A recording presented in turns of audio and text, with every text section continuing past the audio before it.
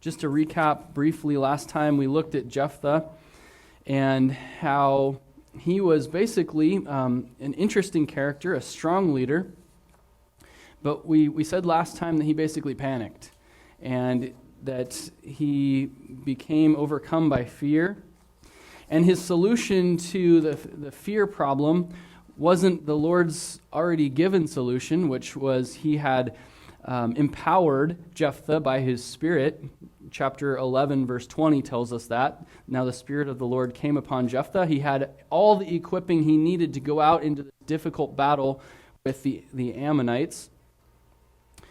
And yet, through his fear, it caused him to panic and then to do what we so many times will try to do in that situation, to try to control the situation through our own schemes of whatever it is that we come up with of how we can gain the upper hand on the situation, and in Jephthah's case to try to get a guaranteed result. And so he enters into this vow which he didn't need to. We noted last time that vows themselves, there's nothing wrong with vows, but once taken, they are something that God takes very seriously. So for instance, probably the most readily available application in our daily lives being wedding vows, right? We enter into those as believers before the Lord, and we're making a solemn promise, a commitment, and we are to stick to that. There's other examples of where we, enter into agreements or, perhaps make vows before the Lord. Another one that maybe comes to mind in modern context is something that I got to be involved in earlier this year, and that was an ordination of a pastor, a good friend over in Leavenworth.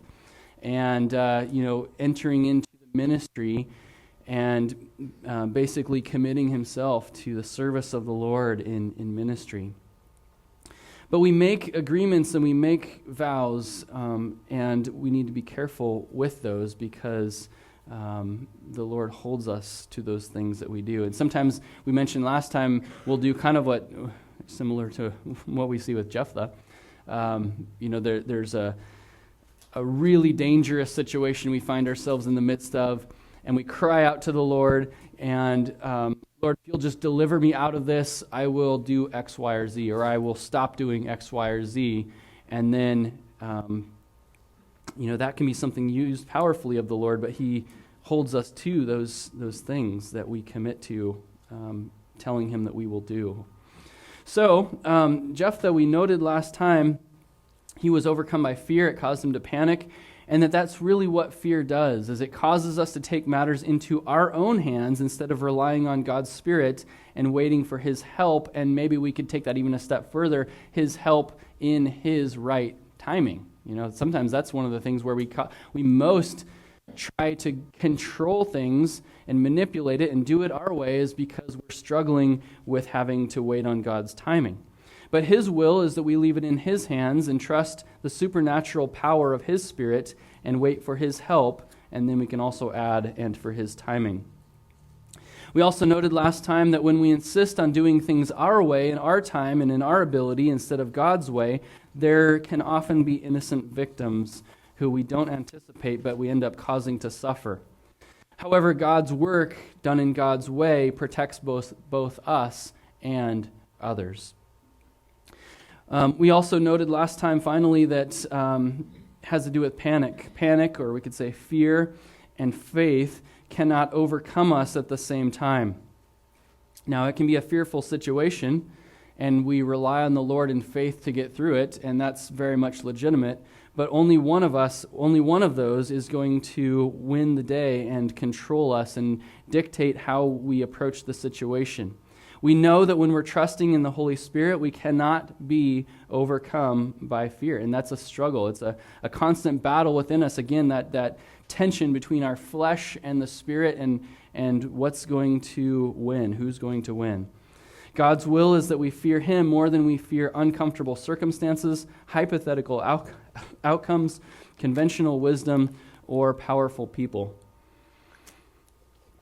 And that was the struggle that Jephthah found himself in, and he panicked, and it ended up creating a big problem as we saw last time. And so we looked a little bit at the controversy of, did Jephthah actually fulfill his vow? Did he actually offer his daughter as a burnt sacrifice? And it's unclear from the text. It's difficult to know with certainty. I come down on the side of, it seems, looking at it, that he actually did, but you can see also how that might not be the case, because the details just don't work. Like, nothing is right about it. The payment of such a vow couldn't be a human sacrifice. That was in violation of Scripture. It had to be done in Shiloh, had to be offered by the priest, had to be offered at the right altar. And so if Jephthah did fulfill his vow, he would be basically going rogue and doing it on his own, apart from everything that the Lord had set up. So, but again, those details make us think it's just all wrong. So he couldn't have actually done that. Surely he didn't actually do that. And I think it's designed to create that reaction in our brains. And so we sure hope that he did not actually go through with that. But it seems that he did, from what we read. So let's look then at Jephthah today. This is the end of Jephthah's story as judge. Title being Jephthah countering hostile aggression. So, I think one of the things that we see from Jephthah is he's a strong leader. He's very bold. He's a capable warrior. He's got good leadership skills, but he certainly was not perfect. You can just kind of picture him as a rough, tough guy. He had a difficult upbringing, but it forged him into the right man at the moment to lead Israel as their judge. And God is going to use this very tough leader, as we're going to see this morning, to accomplish God's purposes. So this would be Mitzpah, the area around which kind of creates Jephthah's hometown, gives us a little visual of our area. And so again, just noting from last time, Jephthah wanted to make a deal to guarantee victory before going to battle with Ammon, the Ammonites. And so he made a vow as an attempt to guarantee victory, basically coming up with an attempted insurance policy for himself. He didn't want to go out to battle without feeling like he had some kind of control over the situation to ensure success. So it must have been a daunting battle that they were going out to. And he tried to control the situation, but in the end, the situation controlled him. It ended up boxing him in, and he became the prisoner of his own manipulation. So automatic application right off the bat, that sometimes the more we try to gain control over the situation, we try to manipulate the situation, the more it comes back to bite us and causes problems that we wouldn't have anticipated, but it would have been so much better off taking it to the Lord, seeking Him, leaving it in His hands, letting Him take care of it. So the first thing we see here in our passage, starting at verse 1, is an accusation. So here's our region. We're basically dealing with this east side of the Jordan River runs right through here. So the east side of the Jordan River, modern day Jordan, thank you. Like, brain, come on. So this is a close-up. Here's the nation of Ammon. As you can see, kind of set a little bit further to the east, but this is the territory they're trying to gain. They're trying to get in here to the fertile land of the Jordan River Valley. And so Jephthah has just defeated them and knocked them back a lot of years. A huge setback for Ammon. But right on the heels of that, now he's met with a threat coming from his own people, his own homeland on the west side of the Jordan. Modern day, this is known as the West Bank. But there's tribes living over there that have a huge issue with this victory that Jephthah has just led the eastern tribes to victory over the Ammonites. And you think, well, why? Why would they have an issue with this? I think it comes down to this. What launches this accusation Let's look at verse 1 here. Then the men of Ephraim, so on the west side of the Jordan River, the men of Ephraim gathered together. They assembled themselves together. This is a kind of military shaded terminology, crossed over towards Zaphon, which means the north, but it's also a town location on the east side of the Jordan, and said to Jephthah, "Why did you cross over to fight against the people of Ammon and didn't call us to go with you? We're going to burn your house down on you with fire." So, the tribe of Ephraim comes out to meet Jephthah, and they considered themselves to be the most influential, the most important of all the tribes. They didn't have respect for Jephthah or his position of authority. They had an elevated view of themselves, a high view of themselves, and viewed Jephthah's failure to extend a specific invitation to them as a terrible insult. Basically, they couldn't stand to see Jephthah and his forces achieve victory and to see Jephthah receive a hero's treatment. They wanted to share in the glory of the victory, even though they hadn't been willing to put their lives on the line, as we'll see, to achieve it. So they first basically come at Jephthah in a hostile way and express that they are insulted, and then they're going to follow that with a threat. They say, "We're going to burn your house down on you with fire." These are very hostile words, and they express their murderous intent, and they're likely meant not only just Jephthah and his particular house, but his household, his extended family, perhaps even his entire tribe. This is a big threat. It doesn't necessarily come across, we think, oh, well, that just sounds very small time. But when they bring their army, they gather them, they have this huge pack of armed soldiers coming to Jephthah, telling him that they're going to burn down his extended family, or maybe even his entire tribe. This is very hostile intent. They make their murderous intentions known, and this is a direct threat to the tribe of Manasseh on the east side of the Jordan River. What do we know about the tribe of Ephraim? Well, whenever we meet them, they're always complaining, and they're always feeling slighted, insulted. Joshua chapter 17, they get to go into the promised land. They start to get their allotments of land, and they're immediately unhappy with the land that they receive. That's in Joshua 17, 14 through 16. We're a big tribe. We're an important tribe. Why do we have this as our land? In Judges 8:1, you might remember back in Gideon, the Gideon has to deal with a very similar scenario. He goes out to battle and defeats the Midianites, and then there's the Ephraimites, and they're upset that they didn't have a part in it. And thankfully, Gideon is able to kind of use some flattery and just sort of smooth things out and diffuse the hostility of the moment. But now, here, it comes flaring up once again with a vengeance. They're even more offended and incensed that they had no part in Jephthah's war with the Ammonites. So Gideon had been able to diffuse their anger, but Jephthah offered he's going to offer an explanation, but sadly it doesn't change anything. So let's look at what we see here right off the bat from the Ephraimites. We see that they highly esteemed themselves.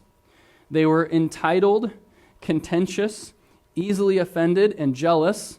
And when they didn't get what they thought they deserved, they resorted to angry threats and personal insults. Now, I think this is, whether talking about other people or self-reflection, we can see these tendencies in ourselves and in others, and they are ugly. But God's will for us is that we esteem others over ourselves, celebrate the success of others, prioritize the team over self-interest, and work together to accomplish more, not worrying about who gets the credit. I think it was Ronald Reagan that famously said that. Maybe somebody said it before him, I don't know. But so what we see here from the Ephraimites is an example of what not to do. All of these things, they esteem themselves over others. They weren't able to celebrate the success of Jephthah and his forces, which directly benefited them. Their enemy, who had been attacking them also, has now been subdued, and they're mad about that. They prioritized their own self-interests over the team, and they weren't able to work together with others. They weren't able to play well with others. They were too worried about who gets the glory. And so we see a lot of what not to do here from the Ephraimites. So after the accusation, Jephthah is going to answer this with an explanation. Verse 2, and Jephthah said to them, my people and I were in a great struggle with the people of Ammon. Like, we were up to our ears with this Ammon problem. We're on the east side of the Jordan, on the front lines. We're dealing with them constantly. They made incursions over to where you are in the west side, but we were just, we were in terrible straits with the Ammonites. And he says, and I called to you, and you didn't deliver me out of their hands.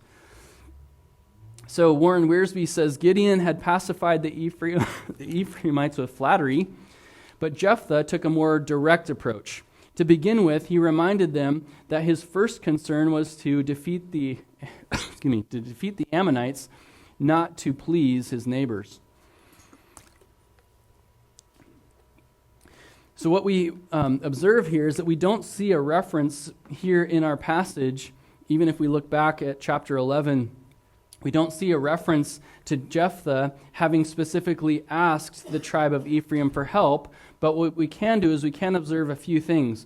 First, for 18 years, the Ammonites had been oppressing the tribes on the east side of the Jordan and even crossing over into where Ephraim was on the west side of the Jordan, and they're described as being greatly distressed.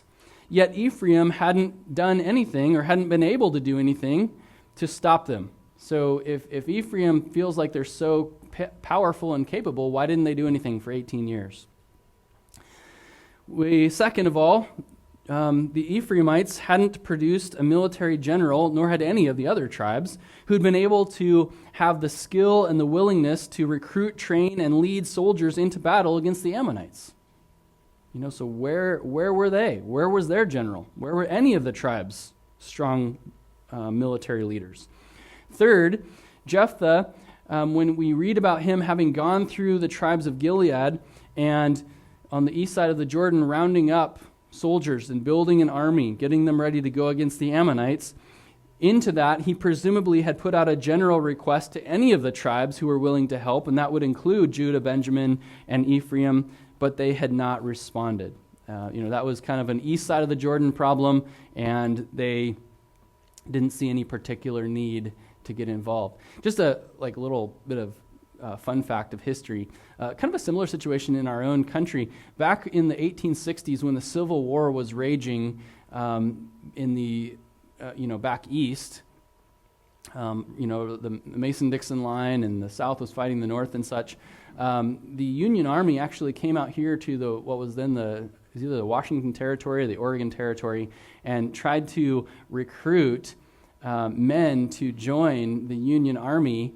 And they went to Walla Walla, which was the biggest town at the time, and some other, Tacoma, some other little outposts.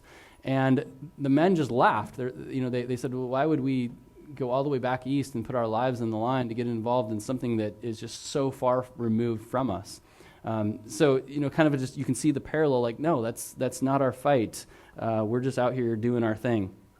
And that was kind of the mantra, apparently, within Israel. They didn't really want to get involved with Ammon, even though they were being oppressed by them.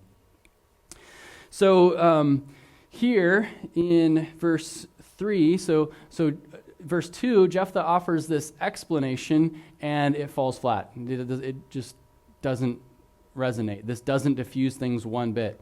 So verse 3, when I saw that you would not deliver me, Jephthah says, I took my life into my hands and crossed over against the people of Ammon, and the Lord, he gives the Lord the credit, delivered them into my hand. Why have you come to me this day to fight against me? And so there you see him identifying their hostile intent.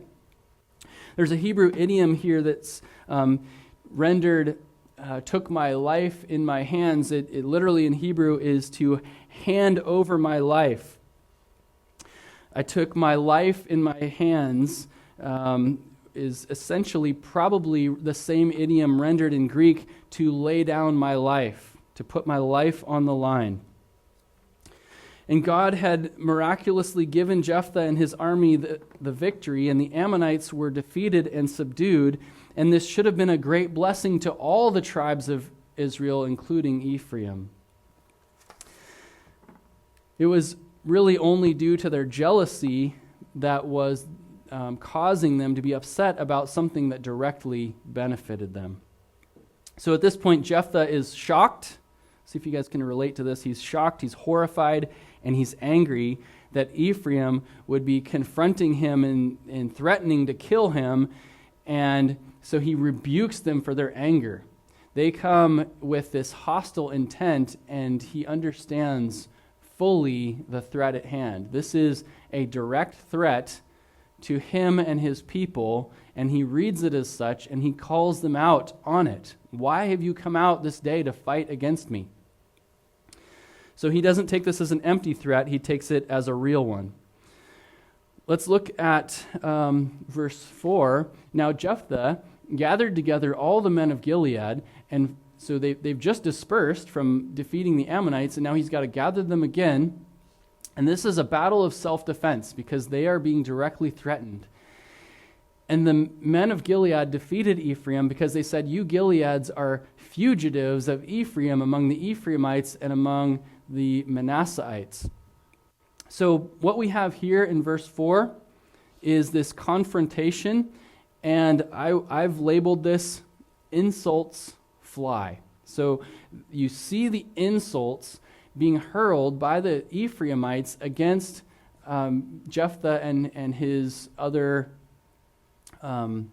tribesmen, people of his area.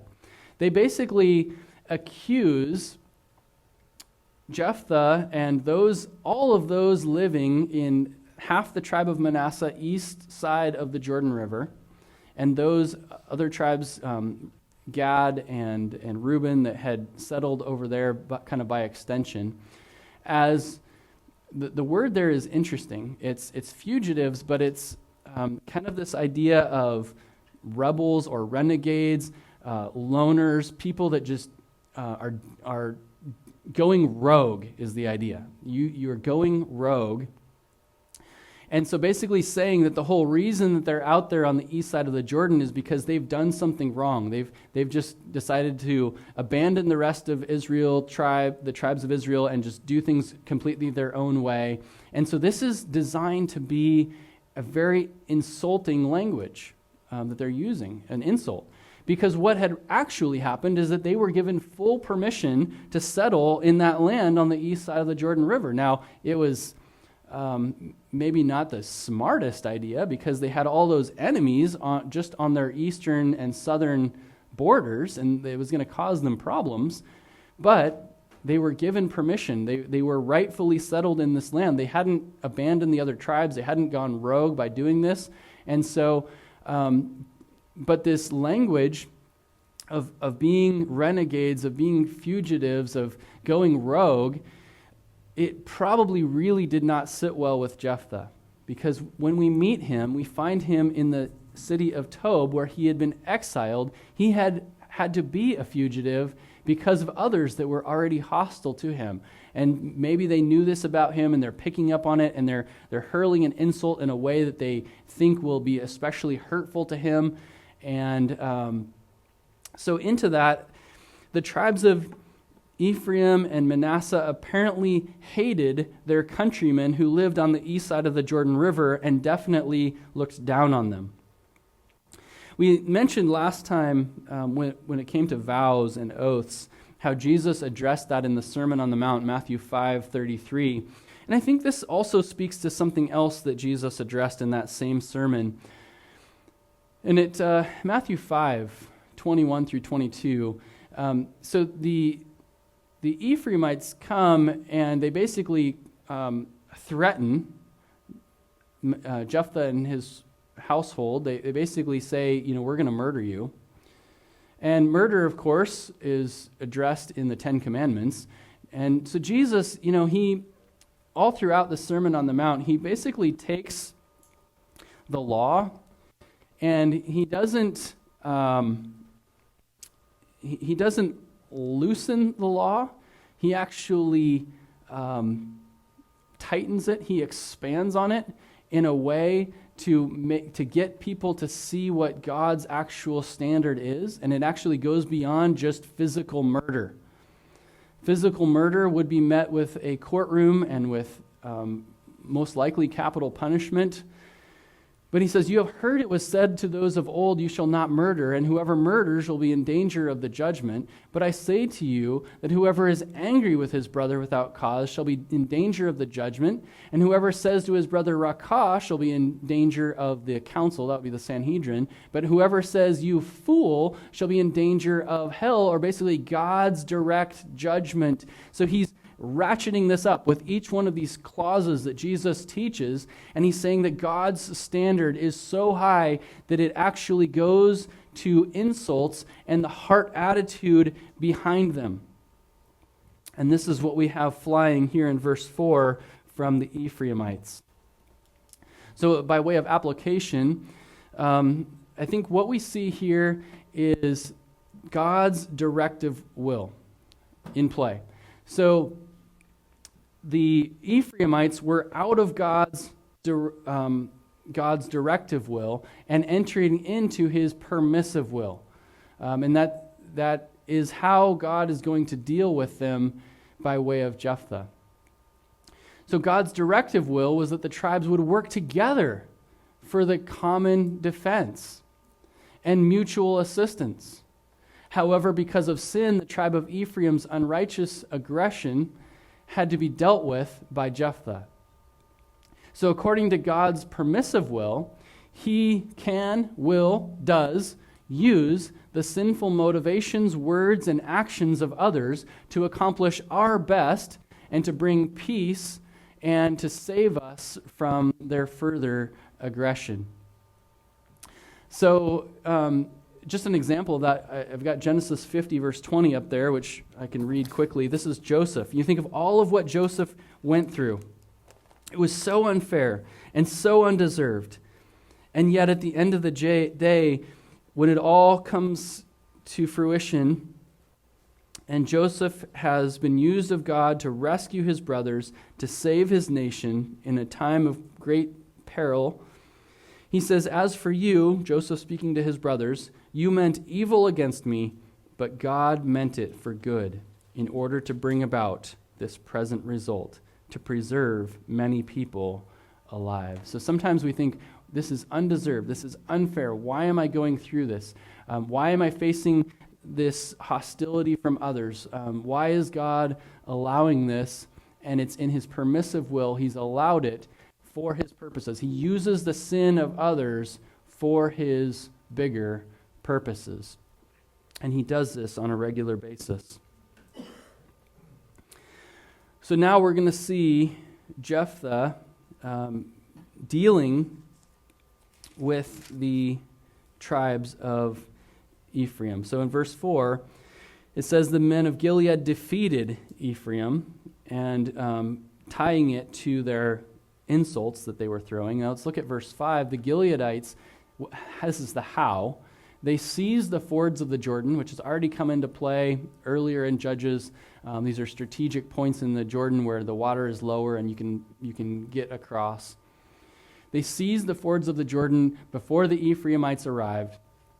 And when the Ephraimites who escaped said, let me cross over, let me back across, then the men of Gilead would say, are you an Ephraimite? If he said, no, then they would say to him, they basically give him a password, then say, Shibboleth. And he would say, Sibboleth, for he could not pronounce it right. So this tells you that the divide on the two sides of the Jordan had even led to a little bit different accent, I guess you could say. ways of pronunciation. And so they would use this password and it says they would take him and kill him at the fords of the Jordan. And so then big picture in terms of this entire battle, not just here at the Jordan, I think that was a small number, but here in the course of the entire battle fell 42,000 Ephraimites. So this is a substantial defeat for the tribe of Ephraim. This is civil war, and this is not what God's directive will would ever want from these tribes. In God's directive will, again, they would be supporting each other, defending each other, working together, helping each other, providing, for the common defense, providing for each other, working together as basically, brothers who had had families and had developed these different tribes from the different brothers. They're all relatives. They should be helping each other. And instead, we see them coming out and attacking each other. Why was this such a substantial defeat? Because, one thing in verse 5, look at verse 5, the same word they had used as an insult, the fugitives, comes back. And the Ephraimite who escaped, the Ephraimites who became fugitives, same exact Hebrew word. The thing that they had insulted them with, now that becomes their reality. They'd used it with contempt, and now it gets used to describe them. So you see some real irony here. But this is really devastating. To lose 42,000 soldiers, back in Numbers chapter 1, verse 33, the tribe of Ephraim at that time had only, in all of the soldiers they've been able to muster for battle, been able to round up 40,000 soldiers. So obviously, over time, generations had passed, the tribes had grown, there were more people, but this is still a devastating defeat. They lost a huge number of soldiers. It means their army was virtually destroyed. Into this, we're going to find now 31 years of peace that come on the heels of this, and we'll take up that next time and move into our next judge next time as well. I want to just conclude there for this morning, and I think there's some good application that we can take from this scenario, from Jephthah and this confrontation. But now, in the time remaining, let's just spend a little bit of time taking this opportunity to just devote ourselves to prayer for a little bit.